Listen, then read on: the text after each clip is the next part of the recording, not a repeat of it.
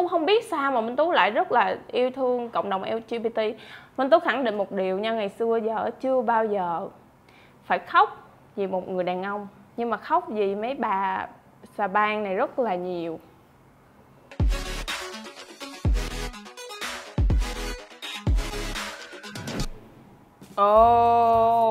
Úi là la. Đây không phải là Minh Tú đâu, đây là Thúy Liễu, người mà các bạn yêu mến, một cái nhân vật mà lấy được rất là nhiều tình yêu thương của mọi người qua cách cô ấy sống chân thật, dí dỏm, cách cô ấy lạc lõng một mình cù bơ cù bất tại đất trời Bali. Khoảng thời gian ở Bali là một cái khoảng thời gian mà nó đối với Minh Tú là một cái bước ngoặt mà nó rất là ấn tượng về mặt nhận thức của Minh Tú ở thời điểm hiện tại. Lúc đó là 2019, là Minh Tú nhớ lúc đó Minh Tú vừa đi New York để shoot cái Tresemme về. Vừa về được 1-2 tuần gì đó thì Minh Tú lại nhận được một cái job là đi quay review cho một cái resort ở Bali. Thì cũng ham tiền, thật sự cũng ham tiền, cho nên quyết định đi Bali. Thì nghĩ là lúc đó là corona là chỉ đang ở bên Mỹ rồi thôi, chứ còn Bali là cũng gần ở đây, mà đi có 3 ngày mình về mình cẩn thận chứ ok. Ai ngờ đi 3 ngày xong ở đó 6 tháng luôn. Về là tại sao, lý do tại sao sinh sống ra sao, nhưng mà hôm nay Minh Tú sẽ chia sẻ hơn cho các bạn kỹ hơn về cái mặt nhận thức của Minh Tú. Minh Tú in Bali rất là nhiều kỷ niệm, và thậm chí đến bây giờ nè, cách đây 2 ngày cái chị massage trước cái chỗ Minh Tú ở của mình mới nhắn tin cho Minh Tú hỏi là Minh Tú có khỏe không. Bà cũng không nói tiếng Anh nhiều, cho nên hai chị em chỉ hello, how are you, you good, I'm good gì đó, dễ thương lắm. Lâu lâu cứ hay nhắn hỏi thăm gì đó, cho nên là tự nhiên mình cũng sẽ cảm thấy là cái tình người nó ở xung quanh mình. Có những người họ mang lại cho mình những cái năng lượng rất là tích cực. Ví dụ một cái tin nhắn này mà buổi sáng mình thức dậy trong khi mình không gặp họ 2-3 năm rồi, nhưng mà tự nhiên mình sẽ cảm thấy là người ta vẫn nhớ về mình, người ta vẫn yêu thương mình, và người ta dành cho mình những cái tình cảm nó rất là quý báu. Thì cái giai đoạn ở Bali là cái giai đoạn mà mình giới thiệu một cái hình ảnh khác, một cái nhân vật khác và một cái tính khách khác đến với tất cả những người yêu thương mình, đó là Thúy Liễu. Bà ấy thì kiểu giống như hơi khùng điên điên, nó là một cái cá tính mà rất là Minh Tú, tưng tửng thường tân, rất là vui, rất là đời. Và lúc đó cũng có rất là nhiều người không có đồng tình, kiểu như là đang là siêu mẫu hoa hậu mà tại sao lại xuất hiện một cái hình ảnh rất là kiểu đời chợ rồi ăn bận lụm thuộm. Trời ơi, trên đảo có đồ đẹp đâu mà bận. Với lại mà mình cứ sống mà giữ cái hình ảnh vậy hoài thì nó rất là gò bó. Cũng nhiều người không có đồng tình Minh Tú là cứ đi theo cái hình ảnh Thúy Liễu, nó không có sang trọng, nó không có đẳng cấp, nó không có luxury đó, kiểu vậy. Nhưng mà Minh Tú cảm thấy là mình làm cái gì á, trước tiên mình sẽ phải vui vẻ nữa, mình phải thích đã. Và Minh Tú cảm thấy những cái gì mà Minh Tú mang lại trong chuỗi vlog, hoặc là những cái gì mà Thúy Liễu mang lại cho mọi người trong cái giai đoạn đó là những cái năng lượng nó rất là tích cực. Cái làm khùng làm điên đó của mình mà có thể xoa dịu cho cái sức khỏe tinh thần của một người trong cái giai đoạn Covid đó thì nó cũng đáng làm. Mà trong cái việc Minh Tú làm thì nó cũng không có làm ảnh hưởng hoặc tổn hại đến ai hết. Một mình Minh Tú tự chơi ở trong cái đảo đó. Cái giai đoạn trên Bali là cũng là cái giai đoạn mà mình thấy rất là nhiều người, trong đó có rất là nhiều người yêu cũ của mình rất là quan tâm mình khi mà mình kẹt ở Bali. Có những người đó rất là cũ mà mình cũng không hiểu là tại sao họ rất là kiểu, mình không nghĩ là họ sẽ quan tâm mình đến mức như vậy khi mà họ biết mình kẹt ở Bali.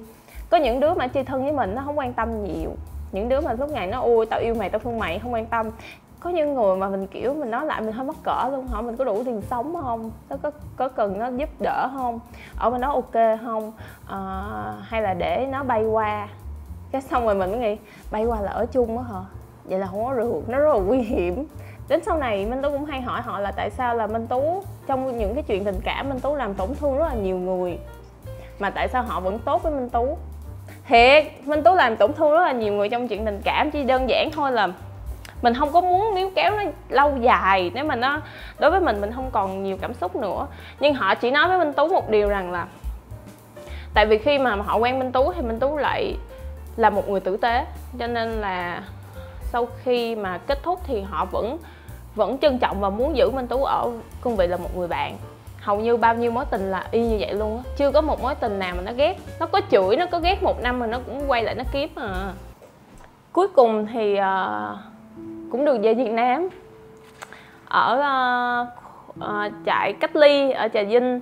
Từ đó thì mình cũng quen được thêm 2 người bạn, mà sau đó thì có hai người bạn thì trong đó bây giờ có một người đi Canada rồi, nhưng có một người tên là Ngân trở thành một người bạn mà cho mình rất là nhiều những cái advice, là một trong những người bạn gái đầu tiên mà mình có sau rất là nhiều năm mình không có bạn gái.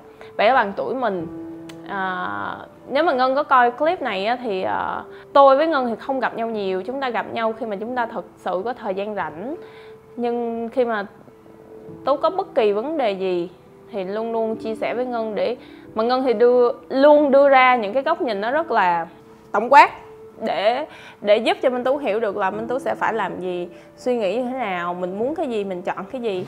Và sau đó thì Minh Tú nhận được lời mời tham gia vào Miss International Queen. Chưa có vượt qua nữa, chúng ta đang ở tâm thế dịch và vừa mới bước qua một cơn sóng á, thì thật sự thì tâm lý của tất cả mọi người cũng không có thật sự ổn định đâu. Họ cũng đang rất là mệt mỏi. Thì mình làm một cái show truyền hình thực tế thì đầu tiên là muốn đưa đến những cái hình ảnh nó thoải mái nhất, nhẹ nhàng nhất, coi để nó giải trí, nó vui vẻ. Ngoài cái yếu tố chính là mình tìm ra được một cô hoa hậu mang những cái tiêu chí để phù hợp đại diện Việt Nam đi thi, thì cái cách thể hiện của Minh Tú ngoài chuyên môn ra, hình ảnh mà Minh Tú muốn mang đến là mang đến tiếng cười của mọi người. Cho nên Minh Tú quyết định là đưa Thúy Liễu vào sân chơi Miss MIQ.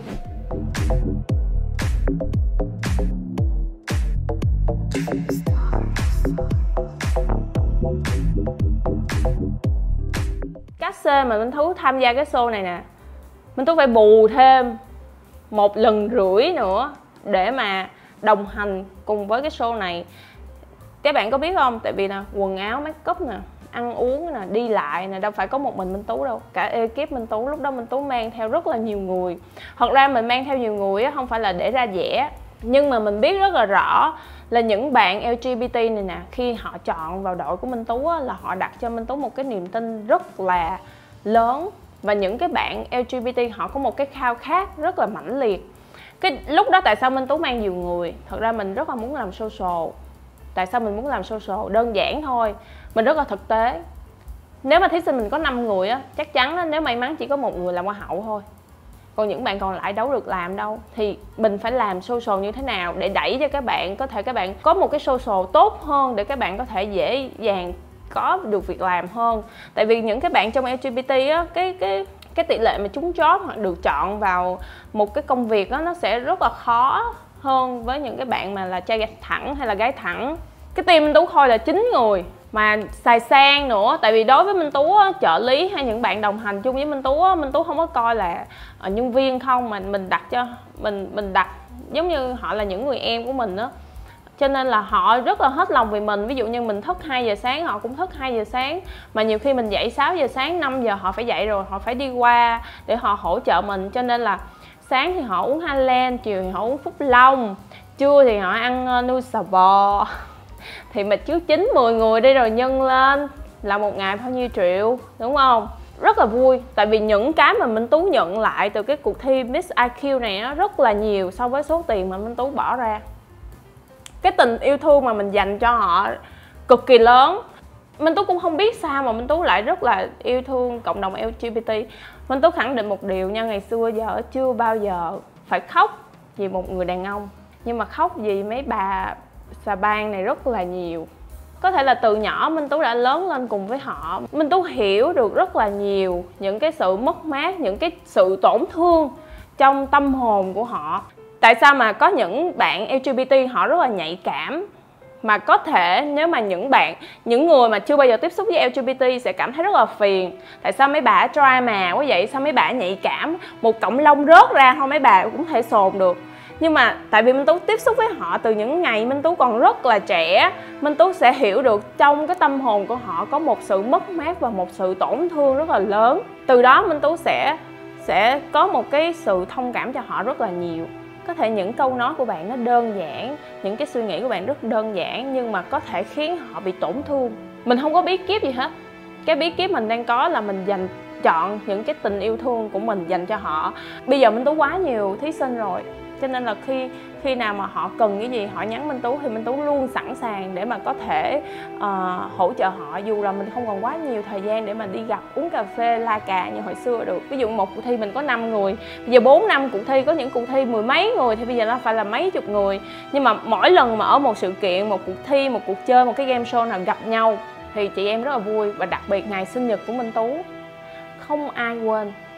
Có những người họ rất là dễ thương, họ biết là Minh Tú không có đọc, họ vẫn nhắn cho Minh Tú, họ nói là em biết là ngày hôm nay là có rất là nhiều người chúc mừng chị, nhưng mà em không có muốn bình luận ở trên đó, em luôn nhắn tin riêng cho chị, có thể chị không đọc được, nhưng mà em rất là mong muốn chị hạnh phúc, muốn chị vui vẻ. Mình muốn người ta đối xử với mình như thế nào á, thì đầu tiên là mình phải đối xử với người ta một cách tử tế nhất, thì mình sẽ nhận lại được rất là nhiều cái tình yêu thương, cái sự trân trọng của họ, nếu mà họ cảm nhận được và họ thấy được điều đó.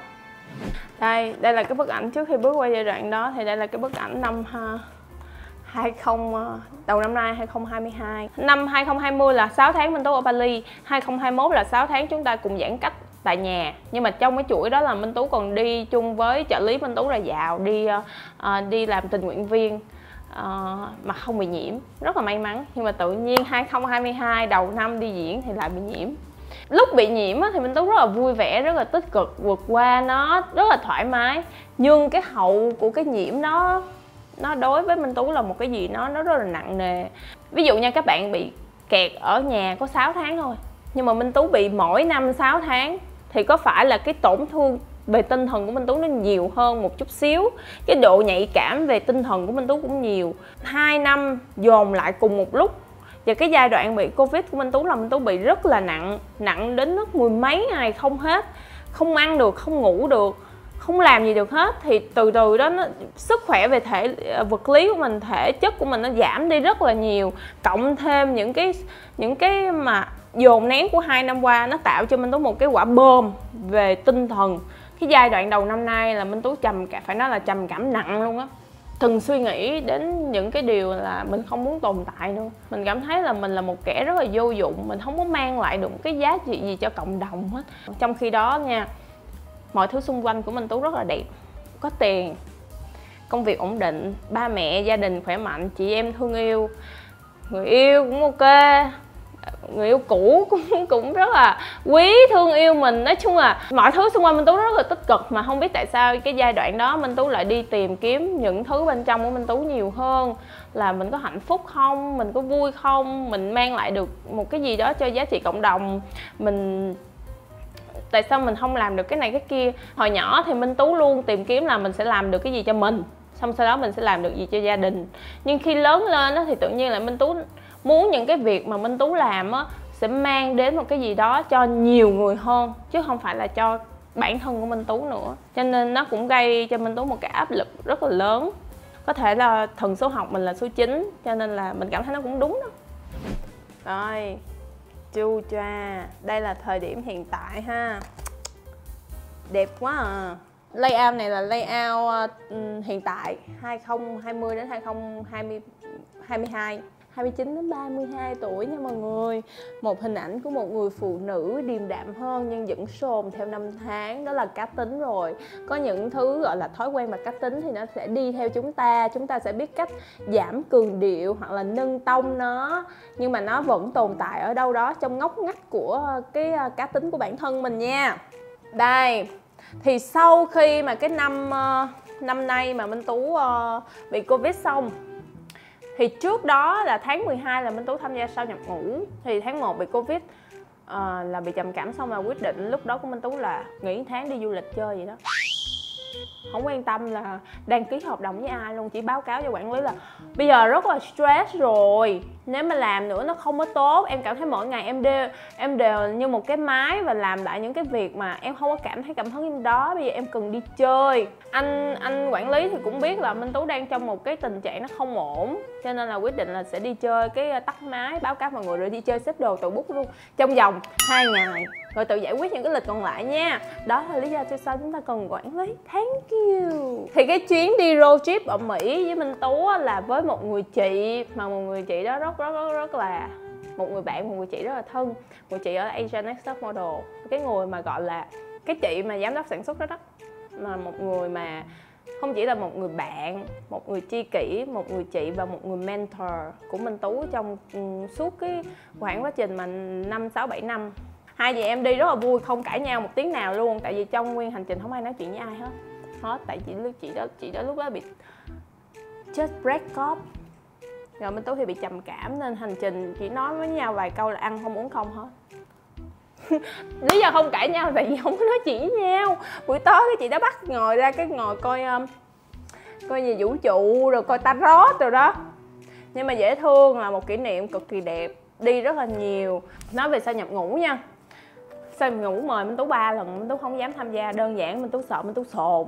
Rồi vô đó cãi nhau xong rồi lên tivi bị người ta la. Sự cái đó là nghiêm túc luôn. Mình cọc rồi mình nhăn, mình nhó, xong mình lên mình bị la mắng nữa. Rồi mình sợ sức khỏe mình không có đủ. Hỏi van tim đó, mình sợ mình sẽ không có tham gia sao nhập ngũ được. Ở Bali về thì mình nhận được lời mời này á, là mình quyết định tham gia. Nhưng từ đó thì rút ra là mình có một nhóm bạn. Tự nhiên tham gia sao nhập ngũ xong mình sẽ cảm thấy mình có ra một nhóm bạn mà gọi thực thụ là có thể không quá thân, không có phải là gặp nhau mỗi ngày, nhưng mà tất cả những cái sự kiện nào của mỗi thành viên trong nhóm đều được mọi người quan tâm.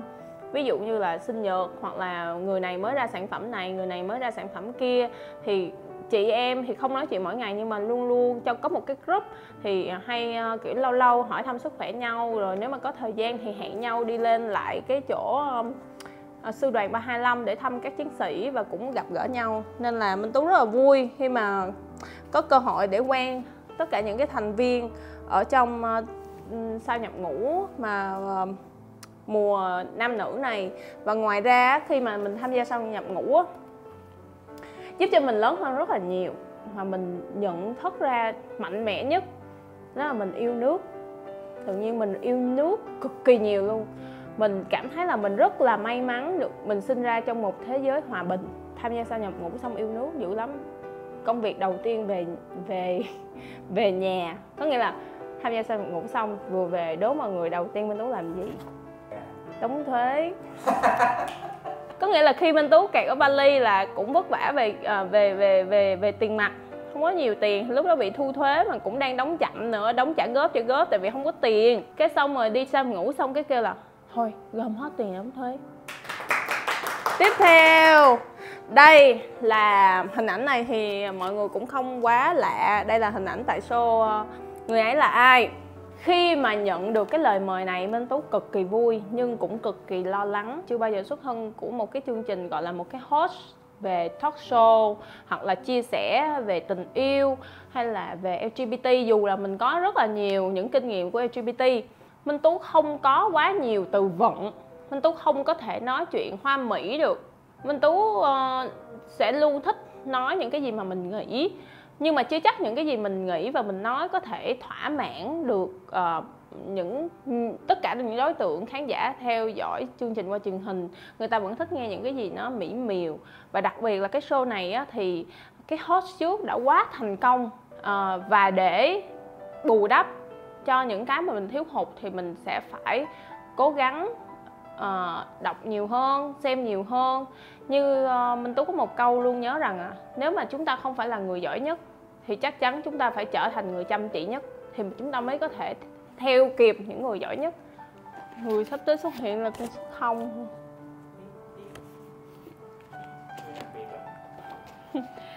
Này là Minh Tú phiên bản mini. Minh Tú không bao giờ cười hết. Tất cả những cái hình ảnh mà khi Minh Tú còn bé không bao giờ Minh Tú cười.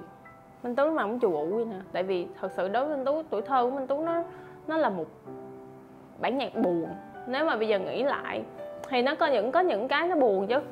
Từ nhỏ Minh Tú luôn cảm thấy cô đơn. Tại vì Minh Tú không phải là trách ai hết, nhưng mà kiểu như mình còn nhỏ thì ba mẹ mình không ở chung với mình, mẹ mình phải đi làm, anh mình cũng phải đi làm, cho nên lúc nào Minh Tú cũng loay hoay chơi một mình hết.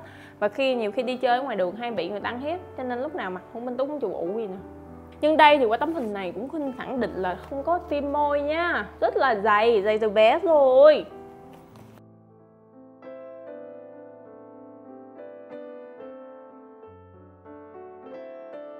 Em nhớ có một cái câu mà em đã được đọc và em nghĩ em sẽ nói với cái Minh Tú của thời điểm hồi xưa là mày đã rất là giỏi rồi, rất là bản lĩnh rồi. Đôi lúc mình đừng nên khắt khe quá với bản thân của mình. Đôi lúc mình cũng nên nhìn ra được những cái ưu điểm của mình. Mình phải biết tán dương bản thân của mình đó. Nhưng mà Minh Tú của hiện tại không biết làm điều đó. Cho nên Minh Tú tin chắc rằng là nếu của Minh Tú hồi xưa nó chắc chắn nó sẽ nói với Minh Tú của hiện tại rằng là hãy tán dương bản thân mình nhiều hơn, đừng có cố gắng xăm soi vào tìm tòi những cái khuyết điểm để tự hạ bệ mình, tự làm cho mình đau khổ, tự làm cho mình buồn. Em nghĩ là nếu mà Minh Tú hồi xưa chắc chắn nó sẽ nói với Minh Tú hiện tại những điều này. Tại vì ở thời điểm hiện tại á, đến lúc những thứ xung quanh mình đó, nó khiến cho mình luôn muốn cầu toàn, muốn chỉnh chu, muốn hoàn hảo. Nhưng mà bản thân chúng ta không ai hoàn hảo hết. Không ai đẹp từ đầu tới chân, không ai đẹp từ trong ra ngoài. Ai cũng có ưu và khuyết điểm. Và Minh Tú thì có vô vàn khuyết điểm, rất là nhiều. Có những khuyết điểm mình đã nhận ra, nhưng để thay đổi nó thì hoàn toàn khó. Cho nên là nếu mà các bạn theo dõi đến phần này á, thì Minh Tú sẽ rút ra 2 điều. Điều đầu tiên, nếu như ai đó đang quá khắt khe với bản thân của mình, hãy nhìn vào những cái mà mình đã cố gắng rất là nhiều, những cái mà mình đã dành thời gian, dành tâm huyết để phấn đấu. Hãy yêu thương bản thân của mình nhiều hơn. Nhưng mà không có tự cao nha. Có nghĩa là mình phải luôn cần cù, chăm chỉ, trau dồi để mình chuẩn bị cái hành trang của mình. Nếu đi trên đường đời vô tình mình có một cái cơ hội nào đó là mình ready để sẵn sàng take cái cơ hội đó và mình đấu tranh. Tại vì cuộc đời không có cho mình quá nhiều cơ hội đâu. Cho nên lúc nào mình cũng phải sẵn sàng. Mình trang bị vũ khí, mọi thứ sẵn sàng. Khi cái cơ hội đó tới là mình phải take nó và mình tiến lên. Nó giống như lúc mà Minh Tú tham gia vào Asian Next Top Model vậy. Cờ tới tay ai người đó phất, nhưng bạn phất mạnh hay không, bạn phải có cách phất, bạn phải biết cách phất. Thì để biết cách phất đó bạn phải học trước đó, mình chuẩn bị sẵn. Cái điều thứ hai rằng là hãy yêu thương những người xung quanh nhiều hơn. Đừng có lúc nào cũng đi xăm soi những cái khuyết điểm của họ. Hãy dành cho họ một sự thông cảm, tha thứ cho họ. Ví dụ như những người xung quanh làm việc với Minh Tú, ngày nào cũng bị Minh Tú la hết. Nhưng Minh Tú không bao giờ ghét họ, cũng không. Có thể Minh Tú hay la họ, nhưng mà ví dụ như người này, người A nói với Minh Tú về người B, thì Minh Tú luôn nghĩ rằng là Minh Tú luôn sẽ nói là thật ra thì bạn đó cũng sẽ có những cái câu đơn giản là nồi nó cũng còn nhỏ mà, nó cũng đâu có nhiều kinh nghiệm đâu, làm sao mình đòi hỏi nó như vậy được. Thật ra thì mình nên sống yêu thương mọi người nhiều hơn. Mình hãy nhìn nhận những cái việc mà người ta đã giúp cho mình. Hãy nhìn nhận những cái gì mà người ta cống hiến cho mình, nhìn nhận những cái ưu điểm mà người ta đã, tình yêu thương mà người ta dành cho mình, hơn là cái việc mình cứ xăm soi vào cái khuyết điểm của họ.